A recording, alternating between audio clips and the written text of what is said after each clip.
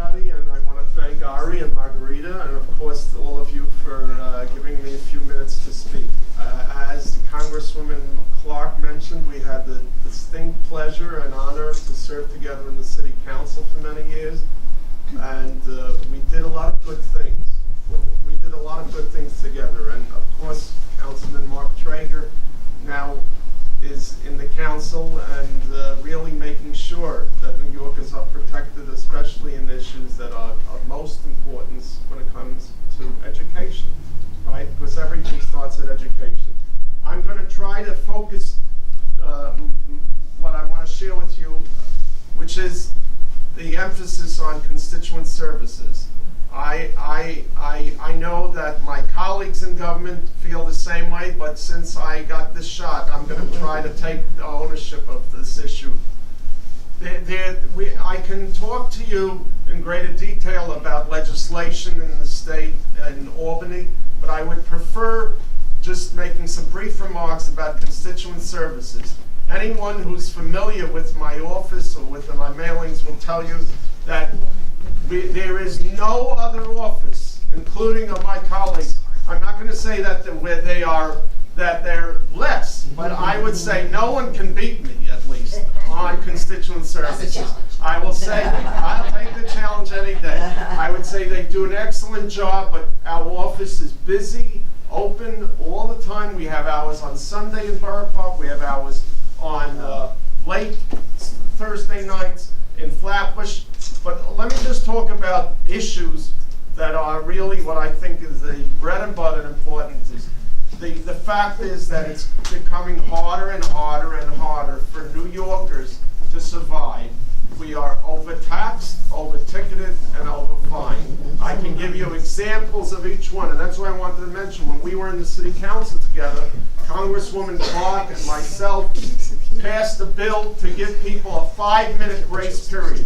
The city used to issue close to 300,000 tickets between the first minute that the sign on the street went into effect. If it said no parking 10 o'clock to 11:30, at between 10 and 10:01, close to 300,000 tickets used to get issued in New York City every year. And we passed a simple bill.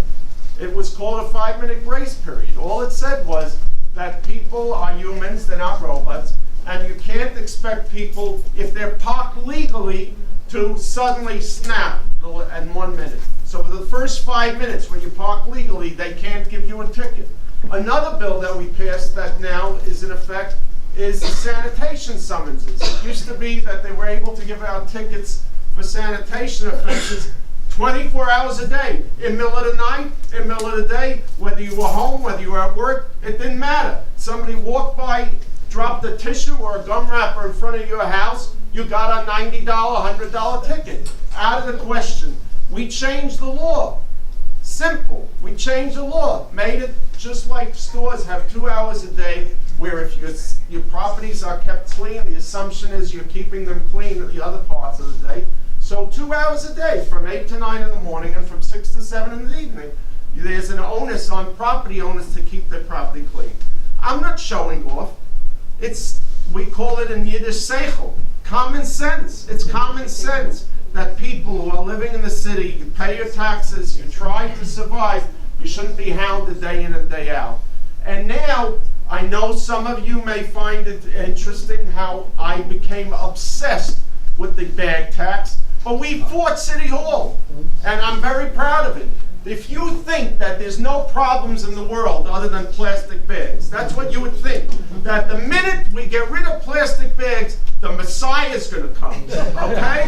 Crazy. Crazy. There are no other problems in the world besides plastic bags. Let's get rid of those plastic bags. Do the analysis. Bring the Messiah. And if you go into the details, if you ask the environmentalists that will be honest with you, they will tell you that plastic bags account for 0.5% of the waste that goes into the water stream. So I'm not telling you that we should waste. Who throws out plastic bags? You use them over and over and over again. So all that we're doing is charging people and saying if you're going to go ahead and pay, don't pay for these bags, you're going to go to the supermarket and pay for bags. So I'm sorry I'm excited about it because it drives me nuts knowing that people are trying to work, trying to survive, have a family, do whatever it is that you're doing, and being busy with this stuff. That's not the stuff we should be busy with. So we just had an issue on Kings Highway. They wanted to put bus lanes in Kings Highway. It's like somebody is spending time figuring out how to make our lives miserable. Can you figure out? Oh, I have a great idea. Put a bus lane on Kings Highway because there's not enough traffic as it is. Put a bus lane on it so that they should park on the side street and you can't go across, and it's gonna, again, everything's gonna be wonderful. Our heroes, Congresswoman Yvette Clarke, Councilman Traeger, and I try to help out as well. But we fought for you because it bothers us. It bothers us. I'm sorry? Councilman Deutsch as well. But I'm talking about the people that are here. Councilman Deutsch was here. I would talk about him. Absolutely. Absolutely. He was at the forefront. So what I want to say to you is that we have all types of services.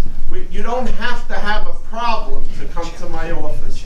We have Medicare seminars for people who are turning 65 this year.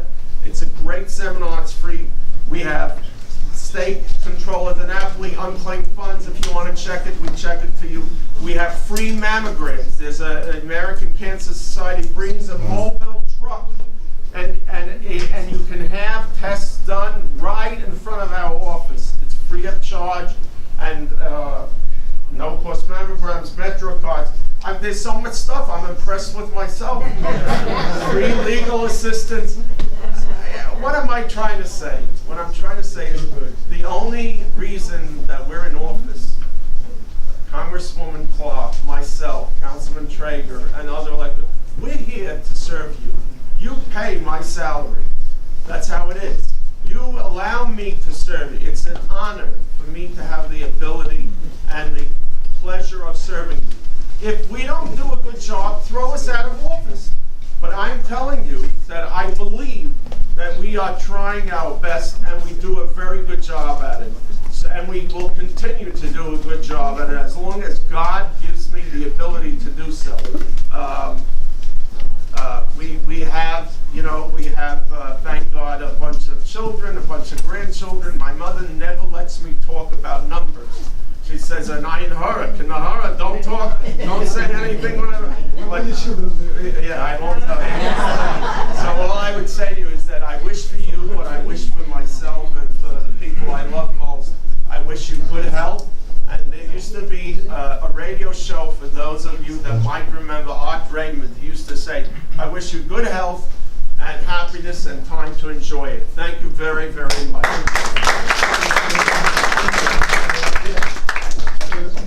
A few minutes to ask questions. I have one question.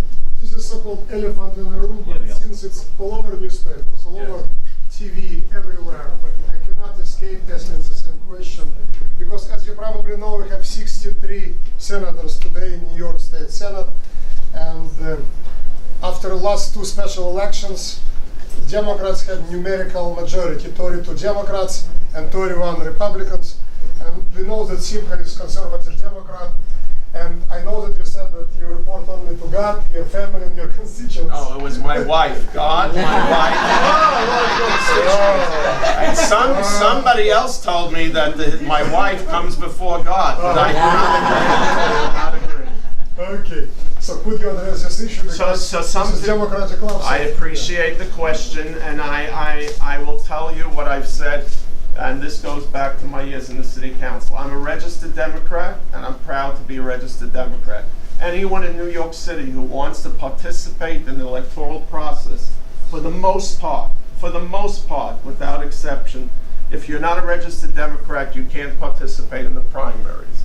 There are very few districts in New York, and certainly in New York City, where you have the opportunity to have an effect on citywide elections unless you're a registered Democrat. I'm not preaching that being a Democrat or being a Republican or being a conservative or whatever else defines the person. So I'm proud to be a registered Democrat. I'm also proud to tell you that I am not loyal to any party. I'm telling you that. I'm saying it in front of the, I don't know what, in front of the flag, okay? I'm telling you a fact. The fact is that over the years, I have found most New Yorkers, at least in the neighborhoods that I represent, are more concerned about getting services that are deserved, more concerned about neighborhoods being secure and there being the government that represents your needs rather than a political philosophy. So I say point blank, for those of you that are loyal Democrats that believe that the only person that can represent you is somebody that's a loyal Democrat, I'm not that guy. I'm not going to lie to you. I'm not a loyal Republican. I'm not a loyal liberal. I'm not a loyal conservative. I'm loyal to the constituents that I represent. That I will tell you. And for the most part, on issues, there are some issues that the Democrats are right and the Republicans are wrong. There are some issues the Republicans are wrong and the Democrats are right. Did I just say the same thing? I was just trying to see whether you were listening. No, the truth is I was confused, but you know what I mean, right? So I would just say to you that in the state Senate, at this point in time, to go ahead and move, even if I thought it was the right thing, it would turn things upside down in the Albany. Some of you may say it's upside down as it is, but I don't think it's the right decision. So I am not telling you that I feel committed to any political party. I am not committed to any political party. I am committed to doing what I believe is best for you, and I think I've tried to do that so far and will continue to do so. Okay. I'll take it. I think you raised this answer. The state standards in terms of yeshiva education. Yes. So, what's your name? Seidenberg, Bob Seidenberg, Simcha Reuben. Okay. I think all of you know Bob. But the question was about yeshiva education. For those of you that are not familiar with the issue, let me clarify the issue.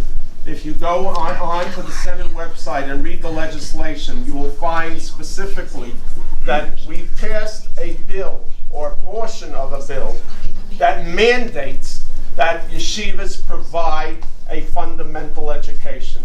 Some people are spinning this story and spinning the story that somehow we're giving non-public schools the ability not to provide a good education. Just the opposite. There were many schools that were not providing a basic fundamental education. So the question was, how do we develop a roadmap, a template for them to be able to do so? The language in the law that's 100 years old was vague. And what we did is we inserted very clear definitions. One, basic 4 subjects that are so elementary, writing, reading, arithmetic, and we added history and sciences as well, are mandated if you want to be a school. There are people that homeschool, okay? But if you're a school and you're getting state money, you have to provide those elementary educations. And more importantly, what I would say is the law that was changed says that we should be more concerned about outcomes than hours that people spend. So when I was a student in school, they called this in Yiddish Sitzfleisch. I did not have the patience to sit. There are kids that graduate high school and get early entry into college that are brilliant. I'm not one of them. Would you say that that student should stay in school for 16 hours a day anyway? A waste of time. On the other hand, you want to make sure that all children get a basic education, and that's what the law does. You can read it. I'm happy to discuss it with you. How about standards for teachers? Are teachers going to, in the yeshivas, are they going to have state certification? I don't know the answer to that. I don't know the answer. Vera, what I don't know the answer. Vera, Should what, they have asking? it? I'm Should sorry? They have it? Should they have it? What is your opinion? I don't know if they have to be. I don't know if they have to be licensed. I think that they have to be competent to teach the subject. They should be No, licensed. Yeah. that doesn't work that way. Okay, No. okay. should I be. respectfully You asked me, disagree. and I respectfully disagree as well. They You should can't be have a licensed. competence education I when you didn't hear don't what you have said. certified teachers. I work in a high school. Why You is have that to have possible? Why is that true? certified teachers, why not? I'm asking you a question. Do you believe that somebody can provide a competent education without being a certified teacher? I work in a public school. So you obviously don't believe that. Teachers need to have Okay, certification. so- Let me answer that Yes, question. yes. Only from experience. Okay, You could not ask- look at me, but I went to Base Yakov as a kid, and I have a I background. take exception to that. So you can But, apologize for that. Yeah. But, my background is, Holocaust survivor, Jewish education, so whatever. Yes. So I'm saying the history of my background, I've also met many of these students from yeshivas that ended up going to a special program that I had many years ago Yes. to help these kids Yes. learn.